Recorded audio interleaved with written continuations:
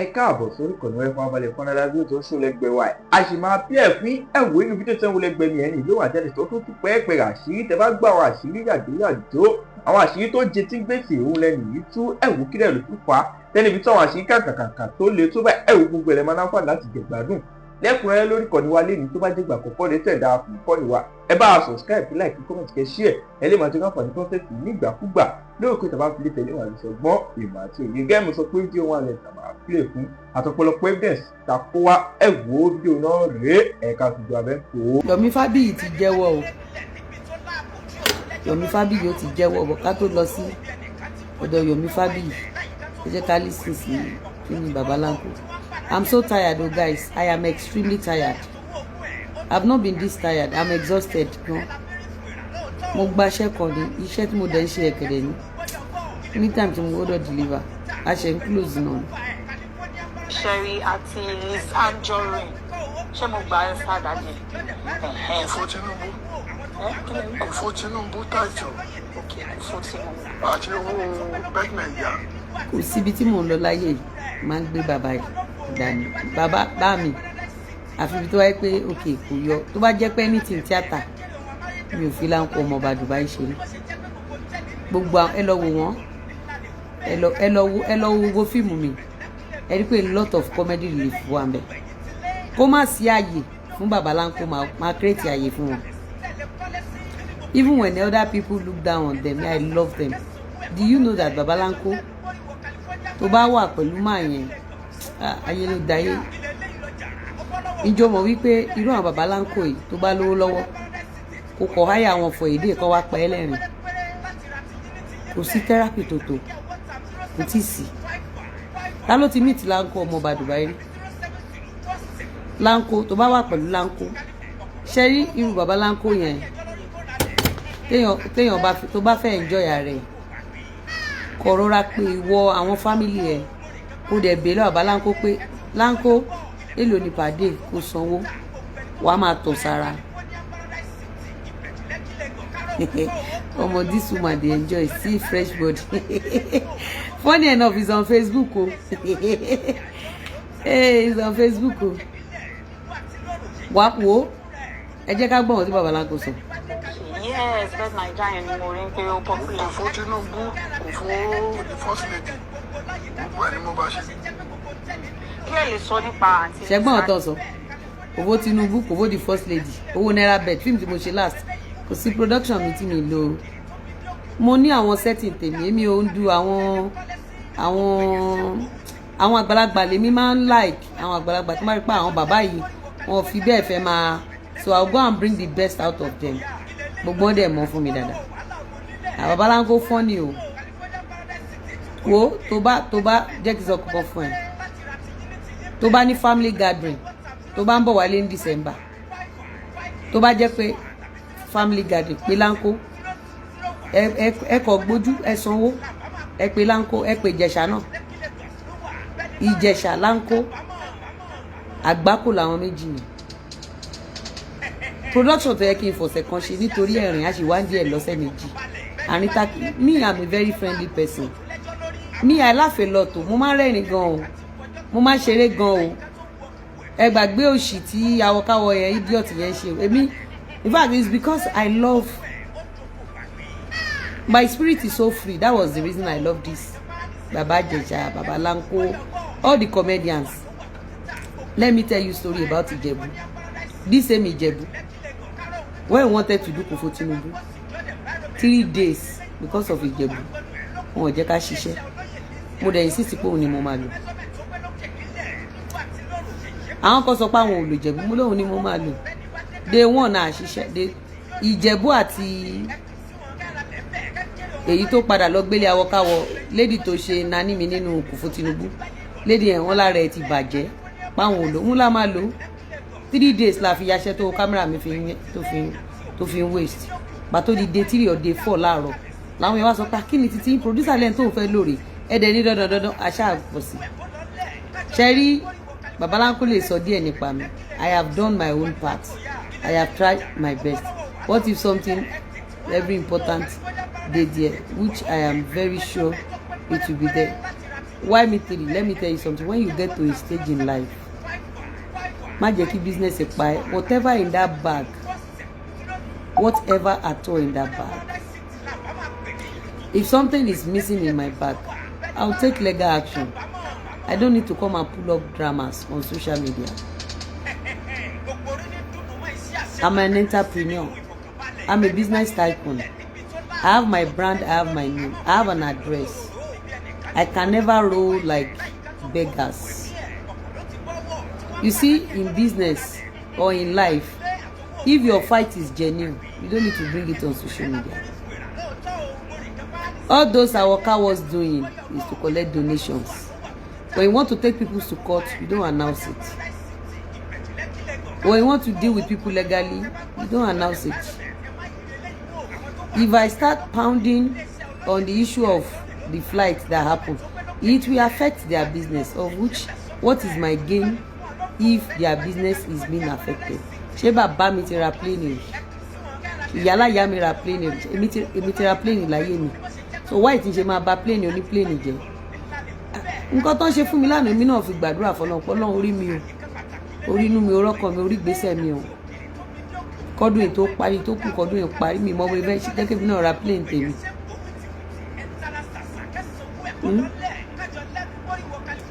Most Yoruba film in a room, your film, ṣé you understand? Ìwọ̀nba ni wọ́n máa ń pound nǹkan. If you are too anxious, you end up hurting yourself. Tó bá dé Abuja, láti ní airport ló ti máa mọ̀ pé Lizzy Anjorin wà l'Abuja. Mo ń ṣe business tèmi, àwọn náà ń ṣe business tèmi. Because their staffs make mistakes, I can never attack their. You see that I have not mentioned their name today. I will never mention the name of the flight. The image of that flight will never be wrong. So never.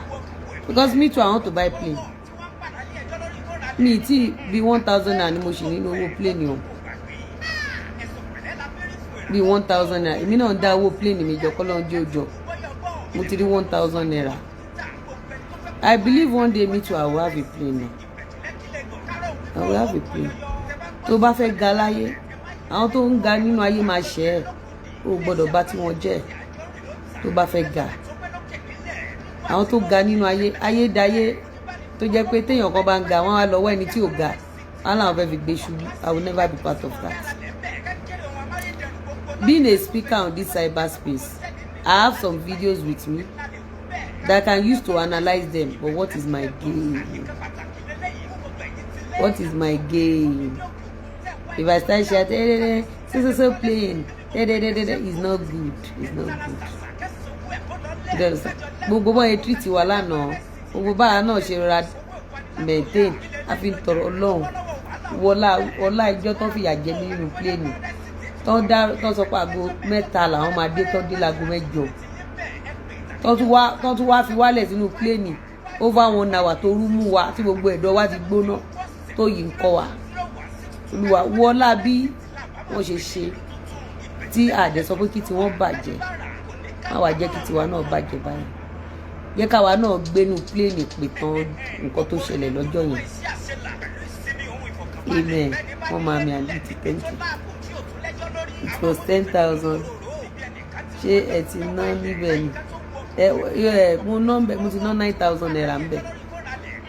9,000 naira, 1,000 naira ni ó wà nílẹ̀ báyìí, owó plane. So I don't want to talk about the flight stuff. I don't run people's businesses. Àfẹn tó bá wá fún business mi.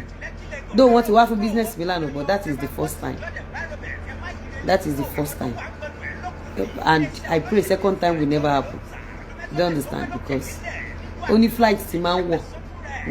Mo ní choice mi ti máa ń wọ̀. So they just showed me that my choice is always right. So I won't go back to them. So ẹ jẹ́ kí n máa sọ̀rọ̀ àwọn bàbá Lanko lọ jàre. Anjorin àti Foluke Daramola. I know they are two completely different people. What can you say about that? Ṣẹ̀rẹ̀ ni nísìn. Rashida sọ pé my husband came back home and he said Lizzy is not their mate. Hey, yeah. Yeah.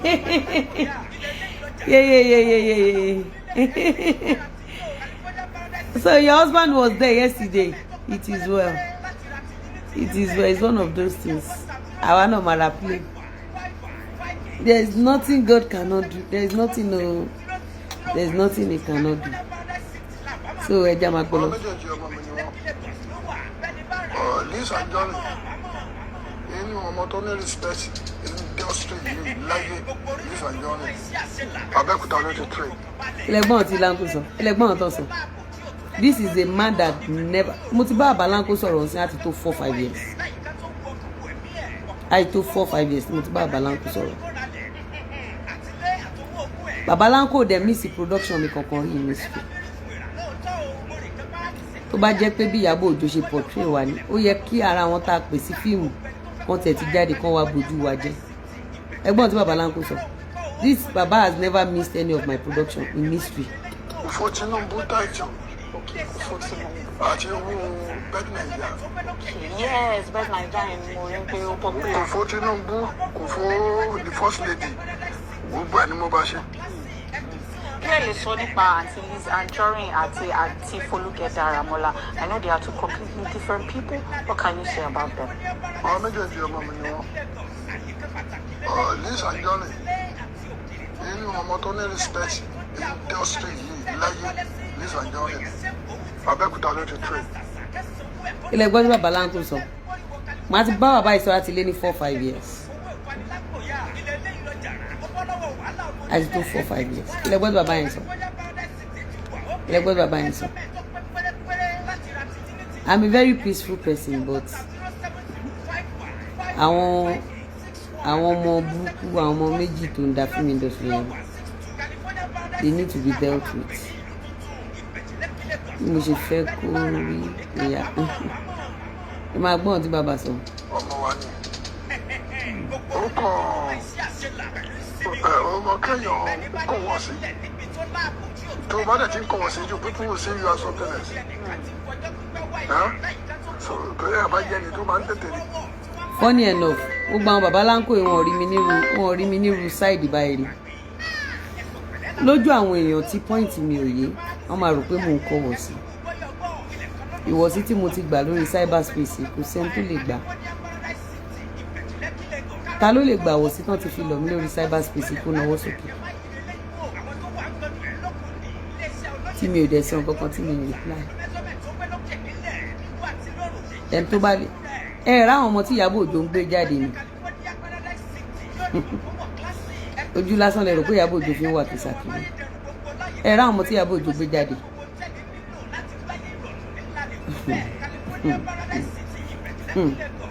Ráwọn ọmọ tí Ìyábọ̀ Òjó ń gbé orí wọn wá gba ègún àti èpè. Ẹjọ́ là ń bú gbòòrò ká tó sá. Ráwọn ọmọ yẹn ni. Ọmọ mi wà inú ilé pánù ló wà. Wọ́n á fún ní 5K. Yeah, lọ bú. And I waited for so many years. For those of you that did not know why I've been replying these people, Tabanika fi wòrílẹ̀ kó ṣòkú yẹ àṣẹ yamayama. Ìyábọ̀ Òjó and Rakumi Nigbana need to be stopped. If we don't stop them on time, wọ́n bá nǹkan tó dájẹ́. Kó tó di pé mo di speaker, kó tó di pé very dark man dé, ta ló tó bẹ̀ láti kojú Gistlover? Èèyàn kan ló máa stop nǹkan. Téèyàn bá di dìgbòlugi sí wọn lọ́rùn láti kọ́ńkà wọn. Ìyábọ̀ Òjó máa rò pé òun lè jẹ lọ ni. Ṣé rí Baba Lanko tẹ̀ ń wò yìí? Àwọn Baba Lanko yìí. Ẹgbọ́n nǹkan tó ń tẹnu bàbá yìí jáde bí gbogbo àwọn ọ̀gá wa ṣe rí nìyẹn. Bọ́dẹ̀ ṣe kọ́ wa lílé. Ǹjẹ́ mọ̀ pé àṣírí kan wà nínú iṣẹ́ tíátà? Ẹbí mi pàṣírí wo ló wà nínú iṣẹ́ tíátà? Ṣé mọ̀ pọ́n train wa pé regardless nǹkan tó bá ṣẹlẹ̀ sí wa, wọ́n là gbọ́dọ̀ tú àṣírí ara wa síta. Wọ́n train wa débi pé tá bá ń jà, tá bá wà lórí set, a gbọ́dọ̀ deliver. Tó bá jọ́kùnrin àtobìnrin ló ń jẹ́ ẹ gbọ́dọ̀ kiss ara yín. Tó ẹ pé ró yìí sọ pé kẹ́ kiss ara yín, ẹ kiss ara yín, ẹ̀dẹ̀ ń jẹ́ ẹ̀dẹ̀ kíra. Etí kẹta kò dẹ̀ gbọ́dọ̀ gbọ́ ìjà yín. mọ́ ìtrain wà nìyẹn ní film industry. Gbogbo tí Ìyábọ̀ Òjó máa lọ ń pè sọ́dọ̀ àwọn Esabod yẹn ìwọ̀ pátápátá ni film industry yóò gbà. Èèwọ̀ pátápátá tó ti di pé Esabod ó attack àwọn ìyàwó ẹ̀rú, ó ti attack àwọn ìyá Rainbow. Àwọn Esabod tí Ìyábọ̀ Òjó dẹ̀ ń pè síbẹ̀, Ìyábọ̀ Òjó ń pè síbẹ̀, wọ́n dẹ̀ attack gbogbo àwọn ọ̀gá wa. You don't understand?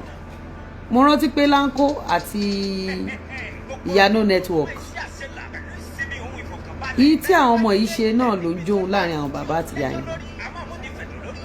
Àwọn bàbá tó jẹ́ wípé kò sí owó táwa ní, a lè gbójú sókè wò wọ́n. In fact, ẹ rò pé Lanko ló bí mi ni. Mo tún sì ní bọ̀dá kan Saheed Abioye, ó wà ní Mushin. Ẹ rò pé ìyá kan náà bàbá kan náà ló bí èmi àti bọ̀dá yẹn. Ìfẹ́ yẹn ti pọ̀ jù. Ìfẹ́ yẹn bí Ìyábọ̀ Òjó ṣe wá dé tó bà gbogbo ẹ̀jẹ̀ kò yé mi. Ṣẹ́rí Folúkẹ́ Dáramọ́lá tó ń sọ yẹn, kí ni máa sọ fún yín pa Folúkẹ́ Dáramọ́lá? Máa play kí ni kẹ́gbọ́n nǹkan tí bàbá Lanko sọ nípa Folúkẹ́ Dáramọ́lá. Icon ni Folúkẹ́ Dáramọ́lá, icon.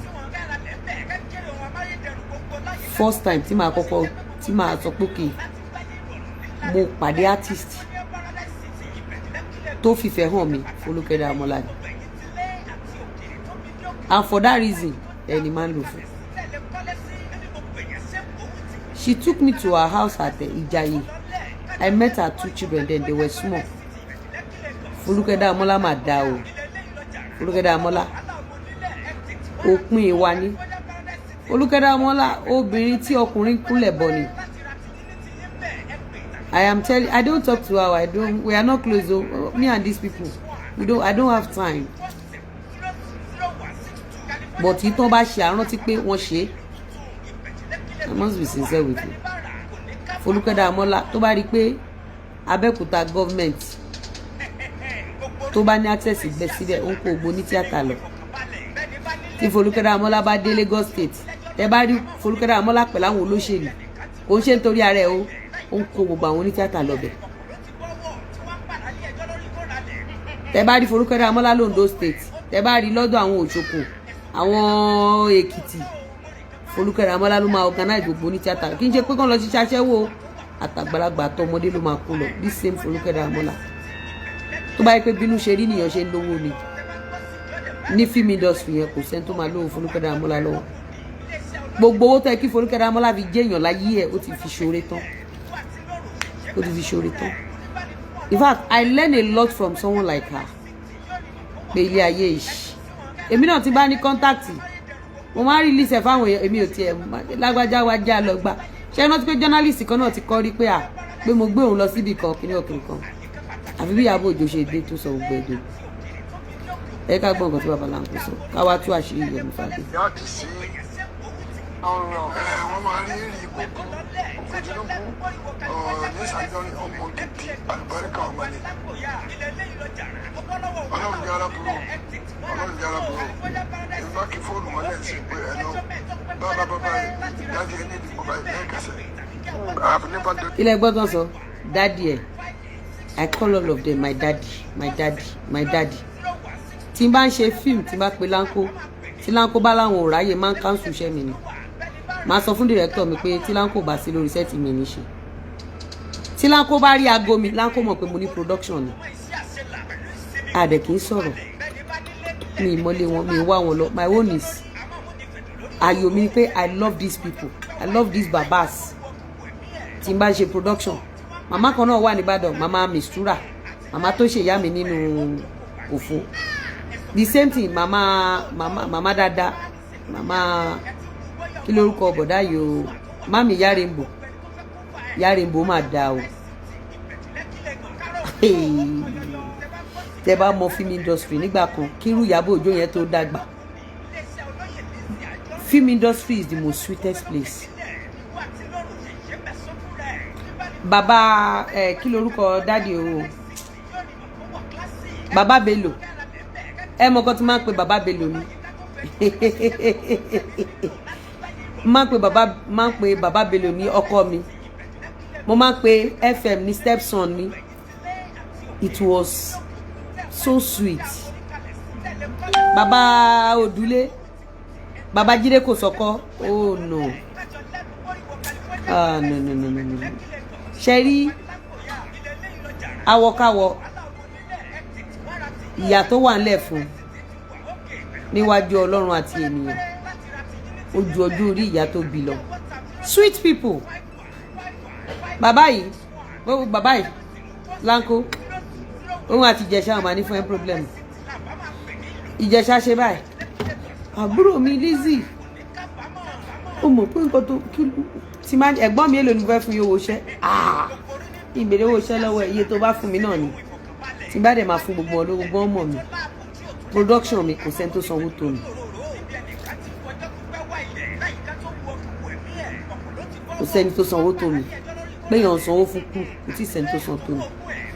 Tí àwọ̀káwọ̀ sọ wípé èmi pòun sí fíìmù mi fóun lówó, ṣebí Lanko wà lórí sẹ́ẹ̀tì yẹn, ṣebí Lanko wà nínú sẹ́ẹ̀tì yẹn. Kéèyàn kọ̀ máa wá ohun tó fẹ́ fi bọ ọmọ làkejì ẹ jẹ́, ẹ kì í máa gbádùn ìṣòro.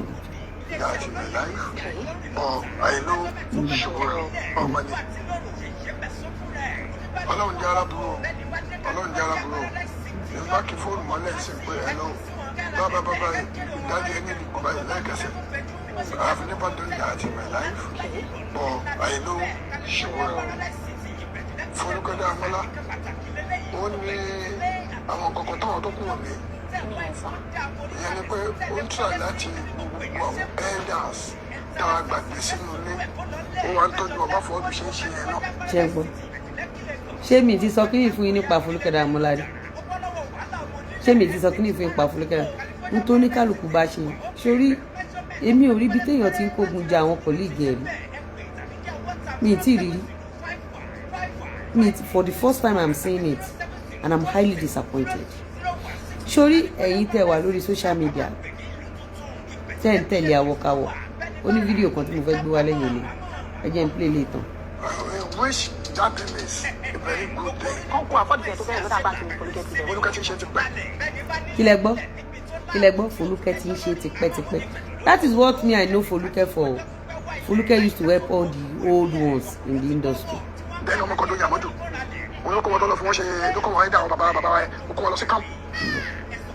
Ẹ jẹ́ ká wá sọ́dọ̀ tí yóò bàbá àárín yín pẹ́ o ọjọ́ yẹn adalẹ̀ ní fọjọ́ lọ́jọ́ lọ. Ẹ wá gbọ́ Yomi Fabiyi ṣáà ti jẹ́wọ́ ṣá ìyẹn lèmi fẹ́ bùn yín gbọ́ ẹ já gbọ́ Yomi Fabiyi. Yomi Fabiyi ti padà jẹ́wọ́ o. Ó rẹ̀ mí gan lálẹ́ mo wà exhausted. Ṣébí kọ́ ni mo fi sí mi.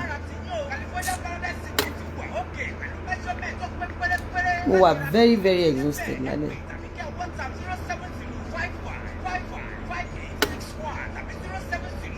Ẹ máa gbọ́ Yomi. If you know the way she would have gotten fake judgment. Ìyàbọ̀. I don't have any problem with it. Tí bá dé ọlọ́dà tó bá jẹun tó jẹ bá parọ́ àjọ bá jẹun mi ò rọ́wọ́ ìṣe. Kò tí ń tẹ́mi fà lọ́yẹ̀ má bẹ́ẹ̀ fà. My own for them fighting for human rights is so civil and so simple. Tí bá bẹ́ẹ̀ kó ọlọ́bí mo dàbí ọlọ́pàá lóyìnbó ni. Come inside sir. Do you want to see sir? That doesn't stop me from pursuing the right thing. Ẹ̀rọ gbẹ́jọ́ ẹ̀ ti kúrò ayé jọ. You could see how the Yabo, the body shamed me. She tried to gag me. She committed series of crime. Until recently, when I challenged her, maybe Kazi Yabo Yamajika Giriyan, gbogbo yẹn ló ti rán lọ́wọ́. Ẹ̀gbọ́n tí Yomi sọ ibi ìkà tí Ìyábọ̀ Òjó yẹn máa ń ṣe ká ẹni pé kò lè ṣẹ̀dá kan tó lè jáde tó lè ní Ìyábọ̀ ṣoore kan fẹ́ anybody. Ta ló notice kò lè sí anybody kò lè sí elder kankan tó lè sọ pé Ìyábọ̀ Òjó ṣe oore. Ó ṣe kàkàkàkiri ó wá kúkú caption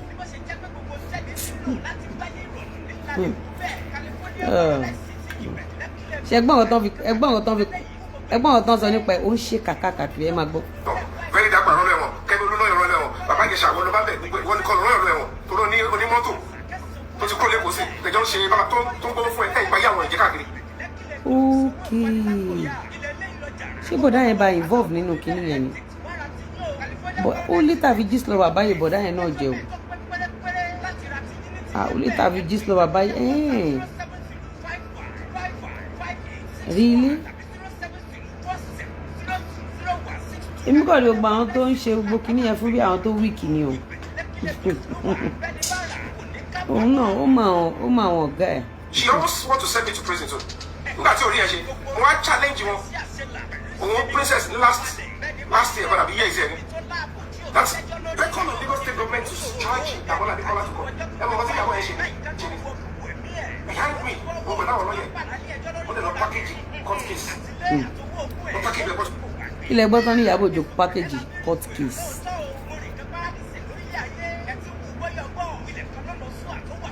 ilẹ̀ gbọ́ tán ní Ìyábọ̀ Òjó package court case. kò láṣọ lọ́rùn kò ní gold kò ní bàtà lẹ́sẹ̀ kò ní lárí kò ní mọ́tò kò nílé ìpàǹparẹ̀ olóhùn pajá ìpàǹparẹ̀ kò ní mọ́tò kò nílé ẹ wo bí pàǹdà ṣe jẹ etí wèrè etí tèmi tó ń já ẹ wo bóyá ó dẹ̀ nítì etí mi tó já yìí kò já tán gan góòdì ló dẹ̀ jò sí ó sì nítì kò lè ra common 2 grams etí panda.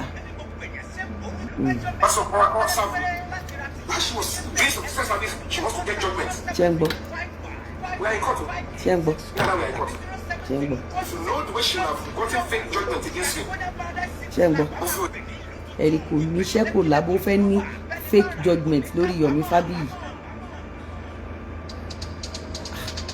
ẹ̀dá kan nírú Ìyábọ̀ yẹn kò lówó ó ń tọrọ jẹ ni o ẹ ṣáà gbọ́ nǹkan tí èyí tó máa ṣe ń kọ kí ló pẹ́ lẹ́gẹ́ ó máa ń tọrọ jẹ ni Ìyábọ̀ Òjó máa ń tọrọ jẹ kì kò lówó kò ní kankan o oníbàárà ni o kò jẹ́ nǹkan kan ẹ ṣáà raṣọ tó ń wọ ẹ rí báàgì tó ń gbé ẹ rí pé ẹ lè rí complete set lára ẹ kò ní a gram of gold tó ń tà kò ní orí burúkú tó ń ṣe kiri nìyẹn òun àtàwọn lọ́ọ̀yà tó ń lò wọ́n jọ ṣiṣẹ́ ọ̀fẹ́ kiri ni wọ́n á máa pé táwọn bá sun eléyìí àwọn arípẹ́ gbà táwọn bá rí tọ̀hún gbà àwọn arí. report yẹn òde kóòtù yẹn o Òjó àwọn try èmi ò fẹ́ gbé ẹnu kóòtù tẹ́lẹ̀ torí àìmọye ẹ̀ṣẹ̀ tó ti ṣẹnu kéésì bàbá ìṣàyè. ṣe ń gbọ́ Yomi lòun ò fẹ́ gbé lọ sí kóòtù tẹ́lẹ̀ ẹ wá dúró nǹkan tí Ìyábọ̀ ṣe fún Mr. Lawal ṣàgbé lọ sí kóòtù ẹ wá dúró nǹkan tí Ìyábọ̀ Òjó ṣe fún mi ohun tí Ìyábọ̀ Òjó ṣe fún mi ẹni tó bá lè gbàrú ẹ̀ kó nawọ́ sókè pé ìwọ ò lè gbà nawọ́ sókè Ìyábọ̀ Òjó dẹ̀ ń parọ́ ọmọ mi tó fẹ́ gba donation ó tún lóun ra ṣọ́ọ̀bù fẹ́nu ìfẹ́ ìyẹn wà lábẹ́ staircase èmi ò rí olórí burúkú ẹ̀ dàbí Ìyábọ̀ Òjó rí èmi sórí gbogbo ẹ̀yin tẹ́ ń bá Ìyábọ̀ Òjó ṣe ebe rí tó wà ní Canada ebe rí gbẹ̀yìn ẹ̀ ọmọjọ́ mélòó ni ṣe bẹ́ẹ̀ rí pé kò ní value mọ́. mo fojú fo pé she gave me 50,000 naira when I was going to bury my mom. Only because our age dey nípa àwọn àbẹ. ó ló fún òun ní 50,000 ẹ máa gbọ́n tó dà wọ́n pọ̀ ikú àwa jẹ mo láìkí ẹ. ṣe gbọ́ àwọn méjèèjì kóra wọn jẹ òun láìkẹ́ ó láìkẹ́ òun ní ìsọfún gbọ́n gbá wọn ra wọn lẹ́pọ̀n. Yomi Fabiyi kí ló sọ bẹ́ẹ̀ náà kí ló sọ. She gave me 50,000 naira when I was going to bury my mom. Only because our age dey nípa àwọn àbẹ ikú àwa jẹ mo láìkí ẹ. And I used to think she's a good person. ṣége iná pìtì iná pẹrẹbẹ alẹ́ òní yáyàtọ̀ tìjájí òní ṣe é kó kájọ máa yá Ọlọ́run ẹ kí paracetamol tí mo lò tètè ṣiṣẹ́ mo sì níṣẹ́ lálẹ́ ó pìtì o ó pìtì nàmúsẹ́yìn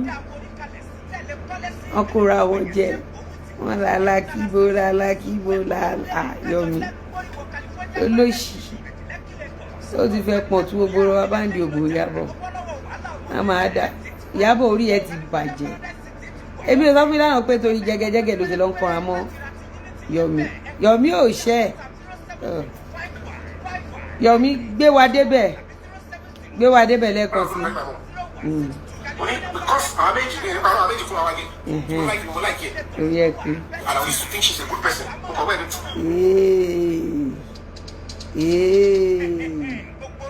Ẹ sọ pé po.